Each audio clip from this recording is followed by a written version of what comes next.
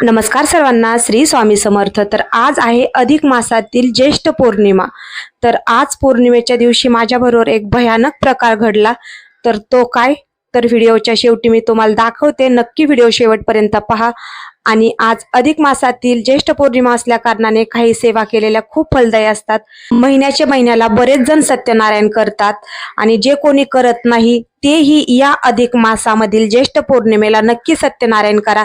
कारण अधिक मासातील पौर्णिमेचा सत्यनारायण हा 1 वर्षाच्या सत्यनारायण केलेल्याचे फळ आपल्याला मिळते। म्हणून आजच्या दिवशी नक्की घरगुती सत्यनारायण करा। देवघरामध्ये अखंड कलश ठेवलेला असतो तो आज बदला। मंदिरामध्ये अन्नपूर्णा मातेच्या वाटीमध्ये जे तांदूळ असतात, कवड्याखाली तांदूळ असतात, अजून तुमच्या देवघरामध्ये जे काही तांदूळ असतील ते आज बदललेले चांगले असतात।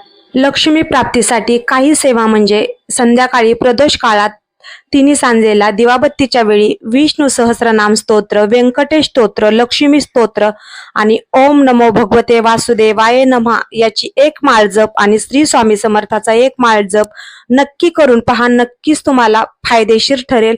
अनुभव घेऊन पहा।